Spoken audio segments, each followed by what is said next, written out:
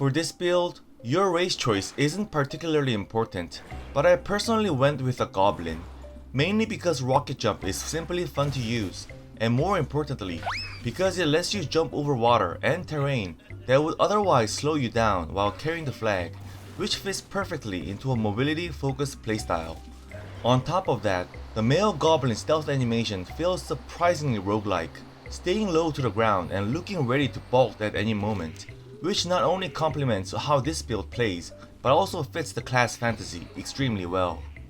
There are a few other races worth considering as well, such as Night Elves, who gain bonus movement speed through quickness, which naturally complements a mobility focused playstyle by making rotations and escapes feel smoother, or Gnomes, who can rely on escape artists to break out of immobilization or movement speed reduction effects once, giving you a very practical defensive tool in battleground situations where being rooted can instantly end a flag run.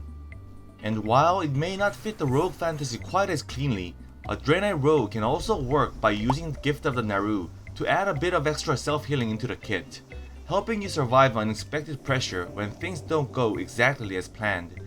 And in the end, which race you choose comes down entirely to personal preference rather than something that will make or break the build. When it comes to stats, they don't matter all that much either, because this build isn't about increasing an Outlaw rogue's damage, but rather about improving survivability while carrying the flag.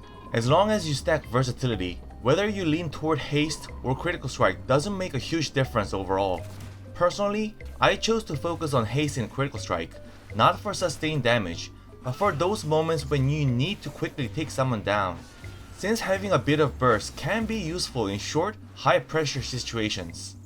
That said, above all else, versatility is the most important stat for this build, as maximizing it reduces the damage you take as much as possible, which is what truly matters here, and everything else is ultimately secondary. For hero talents, you must choose Fatebound, and there's one simple reason for that: Death is Arrival. This talent allows you to use Grappling Hook one additional time with no cooldown, as long as it's used within a 3-second window. When you combine this with a Thrill Seeking talent, which grants an additional charge of Grappling Hook, you gain the ability to chain 4 grappling hooks in a row, and this interaction, 4 consecutive grappling hooks, is the core mechanic that the entire build is built around. One of the biggest advantages of Grappling Hook is that it works on a positional targeting system, means it moves your character directly to the location your cursor is pointing at, rather than simply increasing movement speed. Because of that, when the flag debuff stacks up and slows you down to the point where even sprint barely feels effective, Hook still functions the same way, instantly relocating you to the targeted position regardless of how slowed you are.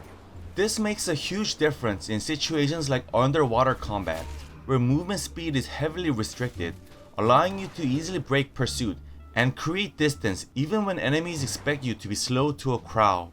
Beyond that, the Tempted Fate adds another layer of survivability by giving you a 30% chance to absorb 10% of any damage taken, which helps you endure pressure and survive unexpected situations even when things don't go perfectly during the flag run.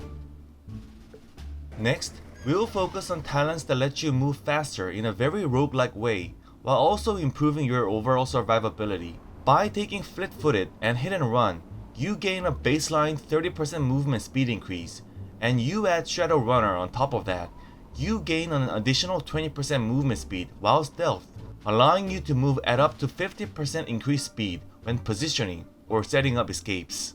With this combination of talents, the Outlaw Rogue ends up with one of the fastest baseline movement speeds of any class. On top of that, improved sprint reduces the cooldown of sprint to 60 seconds, letting you rely on it far more frequently, while Featherfoot fully enhances your movement by giving you additional speed and extending the duration of your sprint, making it much easier to create distance and stay ahead while carrying the flag. Next is the survivability section, and the key form crowd control here is Blind, especially when it's combined with the Airborne Irritant talent. Normally, Blind lasts for 5 seconds against players, but comes with a long 2-minute cooldown, which makes it powerful but difficult to use frequently in battlegrounds.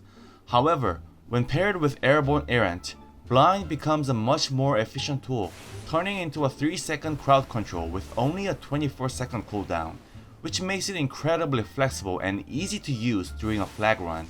Personally, I choose this over Gouge because Gouge requires you to stay in melee range, which always comes with added risk, whereas Blind lets you disable an enemy from range and safely create distance without committing yourself to close combat.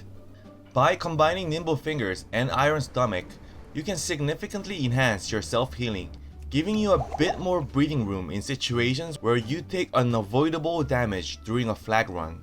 Another key ability here is Feint, which is an incredibly efficient defensive tool that reduces AoE damage taken by up to 40% and all other damage by 20% for 6 seconds.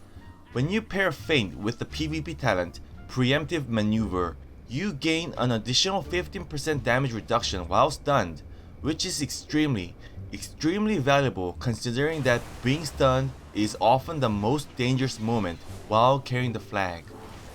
Because of that, it's important to remember to activate Feint before you get stunned, especially since many players will open with a stun the moment they get into the range. As you see enemies closing the gap and feel a stun is coming, preemptively using Feint can make a massive difference whether you survive or get shut down. And since Feint has a relatively short cooldown with 2 charges on a 15-second recharge time, you can afford to use it proactively rather than trying to save it for the perfect moment. Last but not least are the consumables and trinkets focused on survivability. Make sure to pick up Third Wind potions, which you can purchase from the auction house or with Marks of Honor. And also keep Potion of Defiance on hand, since it provides a massive 20% damage reduction, making it an essential item for any dedicated flag carrier. One of the best things about these 2 potions is that they do not share a cooldown, allowing you to layer them for emergencies when you are under heavy pressure. For trinkets, I recommend using ones that temporarily increase your maximum health, giving you a larger buffer to survive burst damage, and on top of that, make sure to pick up a battle standard as well. While it has a 10-minute cooldown, it provides a very powerful maximum health increase which can completely swing critical moments during a flag run. Next is the playstyle, and this is where it's important to emphasize once again that this build needs to be played in a very roguelike way.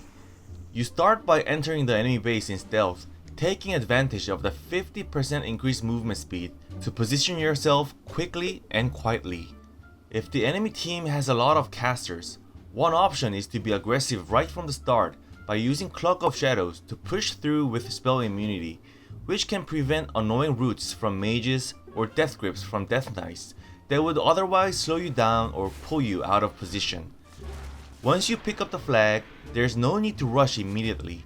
Until a real moment of danger appears, you can often just run normally and preserve your tools.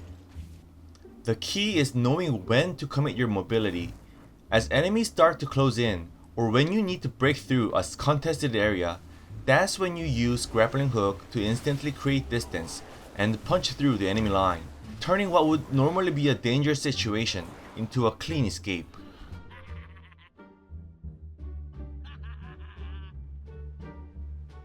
If you have successfully broken through the enemy line, but can't score yet because the enemy is still holding the flag, I recommend waiting near the graveyard instead of staying at your base.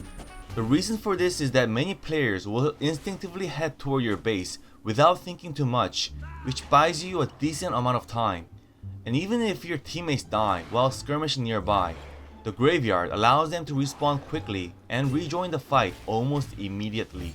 But most importantly, this position gives you a massive advantage once things start to break down, because the moment you decide to disengage and use Grappling Hook to move up and out, enemies often end up chasing nothing, completely losing track of you. With 4 Grappling Hooks and Sprint available, you can time your movement around the moment the enemy flag carrier goes down and return to your flag stand almost instantly, turning what looks like a stall situation into a clean score. I'm being chased by a Devourer Demon Hunter, and I get caught before I can reach my extraction point where I can hook up to a higher ground, which means escaping immediately isn't an option yet. What I need here is time, specifically enough time for 2 charges of grappling hook to become available. To buy the time, I rotate my defensive tools one by one, starting with Smoke Bomb, followed by Feint and Crimson Vial to stabilize my health just enough to stay alive. And I attempt my escape as soon as my hook's charges are full.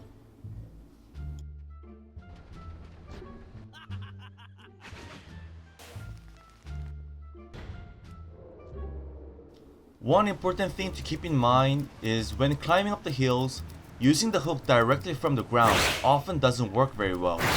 So you want to position yourself on some kind of elevated objects like these logs. This build also works on the Alliance side, but the execution is slightly different. On the Horde side, you can climb the hill using just one grappling hook, which allows you to save the remaining 3 hooks for the fast return to your base. But on Alliance, you will need to commit 3 grappling hooks just to make it up the hill. So far, the only reliable route I found on the Alliance side is this zigzag path, which lets you chain your hooks upward without getting stuck or falling short. But if you happen to know any other viable routes, feel free to share them, because additional options here would definitely help refine the build even further. The same concept applies on the other flag maps like Twin Peaks as well. One of the biggest strengths of grappling hook is that it moves you precisely to the location you target, even when you're slowed by the flag debuff or stuck swimming, and you can use this to defend and reposition effectively around water heavy areas. In this situation, I'm deliberately taking advantage of the fact that enemy movement speed is heavily reduced while swimming, and I'm using the hook to simply skip over the water entirely, creating even more distance while enemies are forced to swim after me.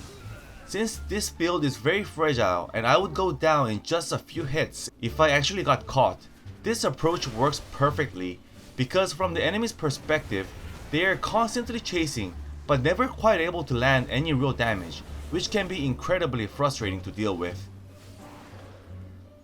At the same time, it's important to always keep an eye on the enemy flag carrier's health, because the moment an opportunity presents itself, you need to be ready to immediately rotate back to the capping position.